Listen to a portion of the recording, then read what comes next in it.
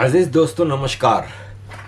अजीज दोस्तों, अभी जो DGISPR टेररिस्ट बशीर सुल्तान बशीर का बेटा जनरल शरीफ ने जो प्रेस कॉन्फ्रेंस की, पॉलिटिकल प्रेस कॉन्फ्रेंस, वो पूरी दुनिया की हिस्ट्री में सुनहरे अल्फाजों में लिखी जाएगी। इसकी वजह यह है कि एक सिटिंग जनरल पॉलिटिशियंस को ललकारता है, उनको गालियां देता है और फिर कहता है कि हमारा सियासत से ताल्लुक़ नहीं है। उस पर बड़ी लेदे हो रही है। और उसने इसमें कहा था कि इमरान खान अपने बच्चों को लेके आए इधर पाकिस्तान और उनको वहाँ पे भेजे KP में TTP से लड़ने के लिए। तो उस पर बहुत ही ज़्यादा मतलब न्यूट्रल लोगों ने भी इसको कंडेम किया कि इमरान खान के बेटे एक ब्रिटिश गोरी लड़की से पैदा हुए थे और वो पाकिस्तान में रहे ही नहीं। उनके पास पाकिस्तान की नेशनलिटी भी नहीं है। उनको पाकिस्तान आने के लिए वीज़ा लेके आना पड़ता है। वो पाकिस्तान में पले बड़े भी नहीं, वो वहीं रहे हैं, वहीं पले बड़े हैं। जनरलों के बच्चों की तरह यहाँ से अरबों रुपया लूट के नहीं गए वो। और ये जो कह रहे थे कि इमरान खान के बच्चे आए, तो मुझे कोई ये बता दे कि पाकिस्तान की हिस्ट्री के ये जो 15 आर्मी चीफ आए हैं, उसमें Ayub Khan, general Musa, general Yahya Khan, general Tikka Khan, general Gul Hassan Khan, general Ziaul Haq, general Aslam Beg, general Asif Nawaz, general Abdul Waheed Kakar, Jahangir Karamat, Pervez Musharraf, Ashfaq Parvez Kayani, Rahil शरीफ, कमर जावेद बाजवा, आसिम मुनीर, इनमें से किसका बच्चा आज तक शहीद हुआ है? ये तो आम सिविलियंस के बच्चों को टेररिस्ट बना के इंडिया और अफगानिस्तान भेजते हैं और उनको मतलब मरवाने के लिए भेज देते हैं। अपने बच्चों को इन्होंने कब भेजा है? इन 15 जनरलों में से 13 ने रिटायरमेंट के बाद पाकिस्तान में रहना भी पसंद नहीं किया, सब निकल लिए। और ये तो आर्मी चीफ की बात है, बाकी सारे जनरल पूरा कनाडा अमेरिका भरा पड़ा है, पूरा यूरोप भरा पड़ा है। मैं तो बेल्जियम में था तो मुझे याद है ना कि वो एक परवेज इकबाल लोसर आजकल जो बहुत ही हरामीपन पे आया हुआ है, क्योंकि बड़ा माल बनाया। मुझे खुद बताता था जब बियर पीता था हमारे साथ बैठ के कि जनरल आते हैं, मैं इनको इटली में, स्पेन में, फ्रांस में, बेल्जियम, हॉलैंड में प्रॉपर्टियां दिलवाता हूँ, अपनी कमीशन बन जाती है। कार वॉश पे काम करने वाला आज अरबों रुपयों में खेल रहा है वो। तो ये सब जनरलों के धंधे क्या हमें नहीं पता? तो ये है कि इसके बारे में बहुत ज़्यादा लेदे हुई है। और लोगों ने फिर इसने ये कहा कि तुम हो कौन इमरान खान को? पहले तो ये कि इसने इमरान खान का कहीं नाम नहीं लिया, जैसे हमारे यहाँ होता है ना कि कहते हैं कि मुन्ने की अम्मा, मुन्ने के अब्बा या फलां का अब्बा, पति का नाम नहीं लेते। तो ये भी अपने पति का नाम नहीं लेते। तो इनको इस पे भी कहा गया है कि इसका उसका क्या है, नाम क्यों नहीं ले सकते? नाम है इमरान अहमद खान नियाजी, नाम याद रखना। और ये किसी और ने नहीं, ये KP के चीफ मिनिस्टर ने कहा है। KP के चीफ मिनिस्टर से इनका बाजा बजा हुआ है। ढाका में बंगालियों को गोलियां मारी जा रही थी। आवाज मेरी आ रही है आपको? जी जी जी बिल्कुल। वहां मैं इन आंखों से देखा है। और अगर मैं झूठ बोल रहा हूँ तो मेरी रोशनी चली जाए कि मेरे सामने एक बंगाली की लाश पड़ी थी दरिया पे। जब आप पठानों की बात कर रहे हैं तो मैंने उसकी गिद्धे, कुत्ते, कौवे, उनकी वो आंतरियां खींच रहे थे। तो मैंने कहा भाई ये क्या है? उन्होंने कहा यार एक बंगाली था। तो मेरे बैटमैन ने कहा क्या एक कई दिनों में वो है बंगाली नहीं मारा, तो ये नौके पे आ रहा था, छोटी सी जिसको हम कश्ती कहते हैं, उस पे। तो हमने बंदूक चलाई, ये इतना शातिर था कि इससे छलांग लगाई और पानी में चला गया। 7 गोलियां हमें चलानी पड़ी, ये इतना शातिर था। फिर बड़ी जाके ये उनको पठान समझ के, बंगाली समझ के, वो उनको कोई तफरीक नहीं होती है इनके ज़हन में। आप पठानों के पीछे पड़े हुए हैं।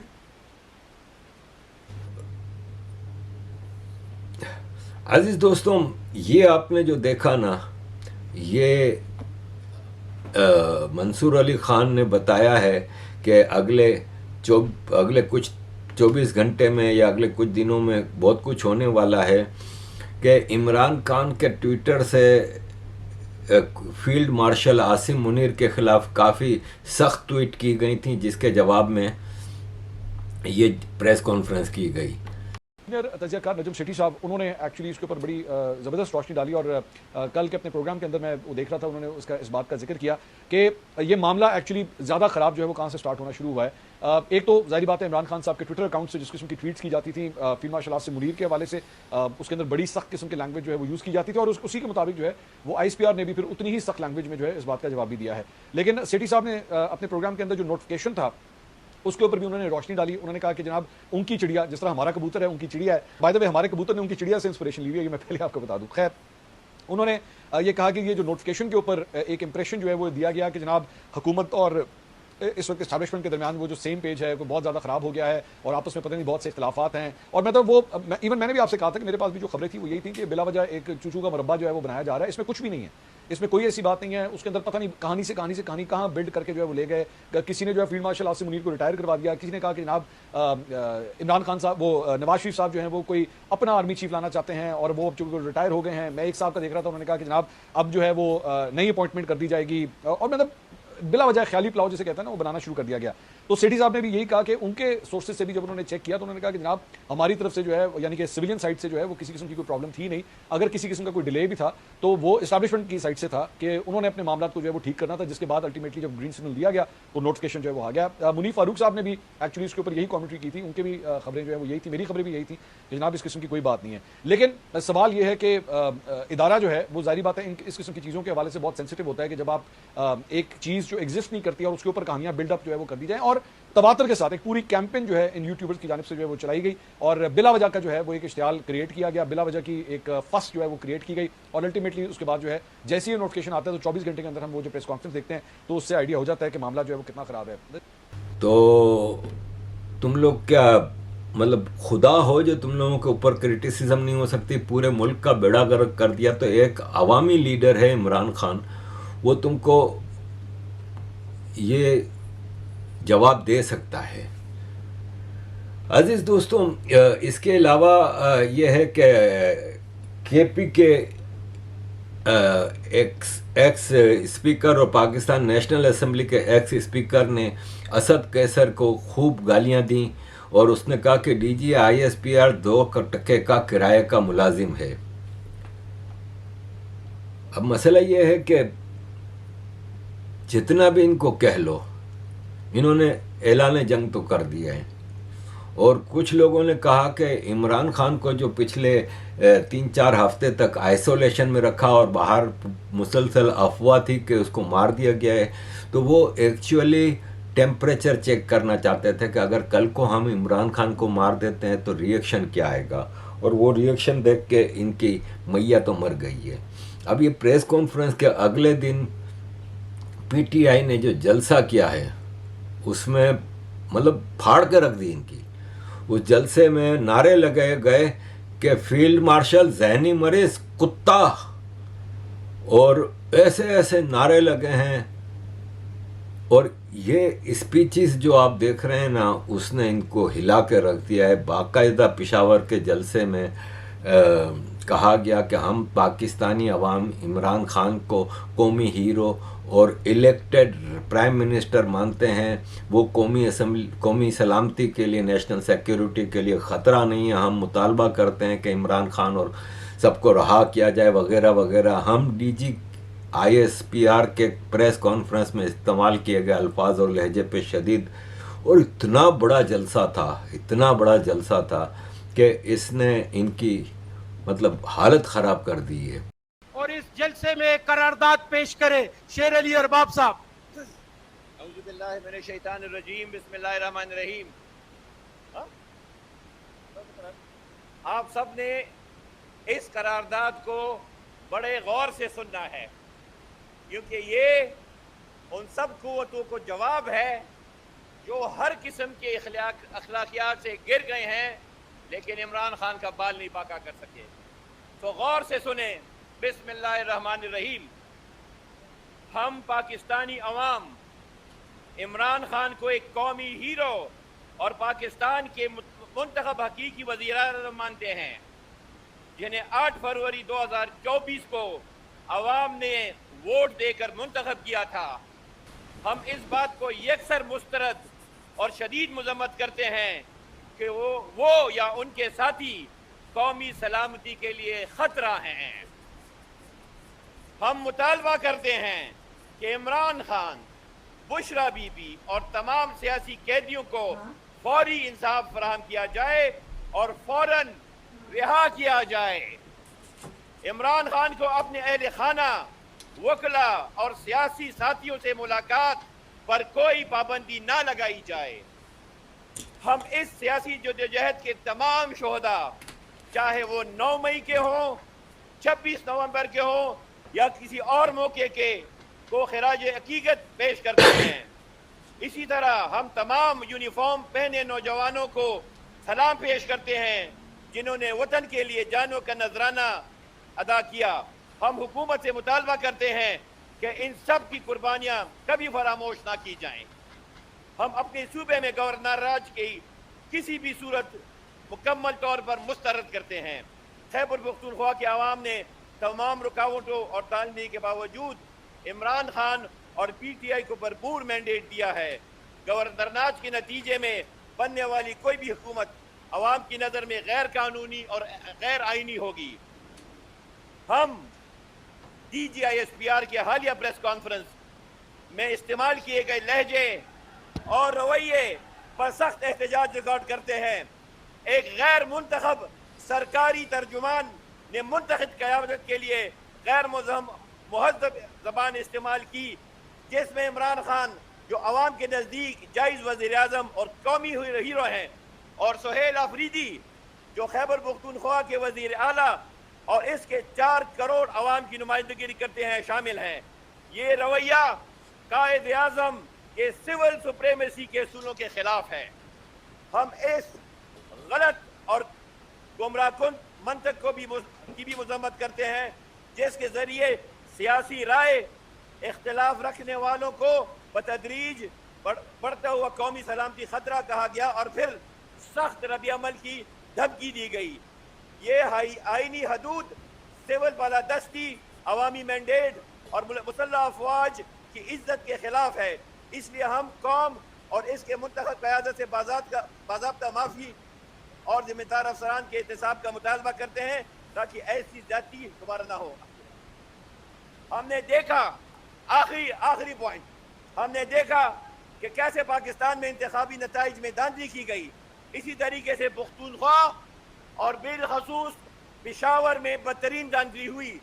हम इलेक्शन कमीशन से मुतालबा करते हैं कि इन तमाम केसों में फौरी और मुकम्मल इंसाफ यकीनी बनाया जाए और सूबाई हुकूमत असेंबली पेशावर और पख्तूनख्वा में इस मामले की गैर जानिबदाराना और तहकीकाना मुसन्निफाना तहकीकात करें और जिम्मेदारान को सजा दे।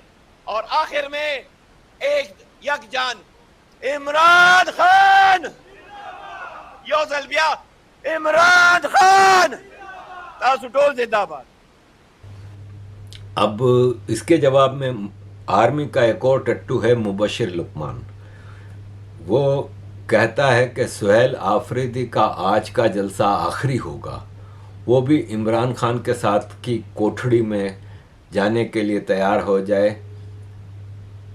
वॉक की भी इजाज़त नहीं मिलेगी। इमरान खान को अब लंगर की दाल खानी पड़ेगी, बाहर से कोई देसी मुर्गे आएंगे नहीं। मुबशिर लुकमान इंतहाई दर्जे का फाइनेंशियली भी करप्ट है और लड़कियों के मामले भी करप्ट है। ये पहले फिल्म इंडस्ट्री में पाकिस्तान के होता था। पाकिस्तान की फिल्म इंडस्ट्री में तो घटिया किस्म के लोग होते हैं। ये फिर आर्मी का टट्टू बन के जर्नलिस्ट बन गया और इतना माल बनाया है कि मैं आपको बता नहीं सकता। ऐसे ऐसे लोगों को आर्मी आगे करके एक इलेक्टेड रिप्रेजेंटेटिव को तारनिश करती है, जिससे कि यह है कि इनकी इमेज पे कोई ख़ास इम्प्रूवमेंट नहीं हो रही और इनको जो लताड़ा जा रहा है कि जैसे पीटीआई ने जो जवाब दिया है वो जिना, मोहम्मद अली जिना का एक कोट लगाया है कि उसमें बोला था जिना ने कि जब अयूब खान के बारे में जिना को पता चला ना कि ये सियासत में दिलचस्पी रखता है, तो अयूब खान को ट्रांसफ़र कर दिया था जिना ने बहुत दूर, और ये कहा था कि ये भूलना नहीं कि आर्म्ड फोर्सेस है ना, जो फौज है ना, जो वो आम जनता की नौकर है। तुम लोग नेशनल पॉलिसी नहीं बनाते, हम सिविलियंस नेशनल पॉलिसी बनाते हैं, हम डिसाइड करते हैं इन सारे इश्यूज़ के ऊपर। तुम्हारी ड्यूटी सिर्फ और सिर्फ वो टास्क पूरे करना है जो कि हम तुम्हें देते हैं। इस वक्त जो फील्ड मार्शल कुत्ते का बच्चा, क्योंकि अब ये लैंग्वेज इनके बारे में इस्तेमाल करने की इन्होंने शुरुआत कर दी है कि ये हमारे नौकर हैं और हम पे ये भौंक रहे हैं। ये इस वक्त सीडीएफ पावर्स इनकी आप सुने, नेशनल आर्मी, एयरफोर्स और नेवी, सबका अब ये चीफ हो गया है। तीनों सर्विसेज को मिलके ये ऑपरेशंस का भी ये डिसाइड करेगा। ये आगे जितने भी कमांडर फौज के, एयरफोर्स के, नेवी के होंगे, उन सबको ये अपॉइंट करेगा। मतलब ये तो ऑफिशियल पावर है, अनऑफिशियल तो आपको पता है कि ये किंग ऑफ पाकिस्तान है। फिर कहते हैं दूसरे मुल्कों में भी ऐसा है, तो देखें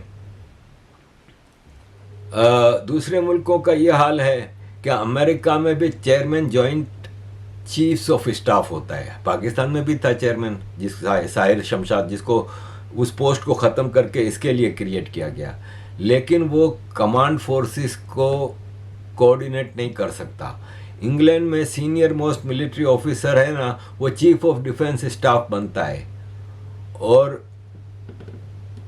उतनी पावर उसके पास भी नहीं है। इसी तरह इंडिया का जो चीफ ऑफ डिफेंस स्टाफ है वो जॉइंटनेस और इंटेग्रेशन अमंग द सर्विसेज देखता है, लेकिन वो कमांड डायरेक्ट एयरफोर्स, नेवी और उस पर नहीं रखता।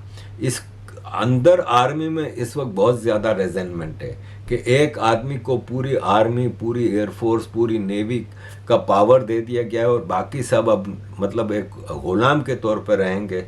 तो ये एक बहुत ख़तरनाक सिचुएशन आ गई है। पाकिस्तान आर्मी में मार्शल लॉ के दौर में भी जो चीफ मार्शल लॉ एडमिनिस्ट्रेटर होते थे, अयूब खान, ज़ियाउल हक, मुशर्रफ, वो भी पूरे कमांडर्स को, कोर कमांडर्स के साथ डिसाइड करते थे चीज़ों को, और फिर आगे पॉलिसी आती थी। वो सिंगल इतने पावरफुल नहीं होते थे, पूरी कोर कमांडर की टीम बैठ के डिसाइड करती थी। अब इसने तो मार्शल लॉ से ज़्यादा पावर्स ले लिए हैं, जुडिशरी को इसने अपने अंडर में बिल्कुल ले लिया है।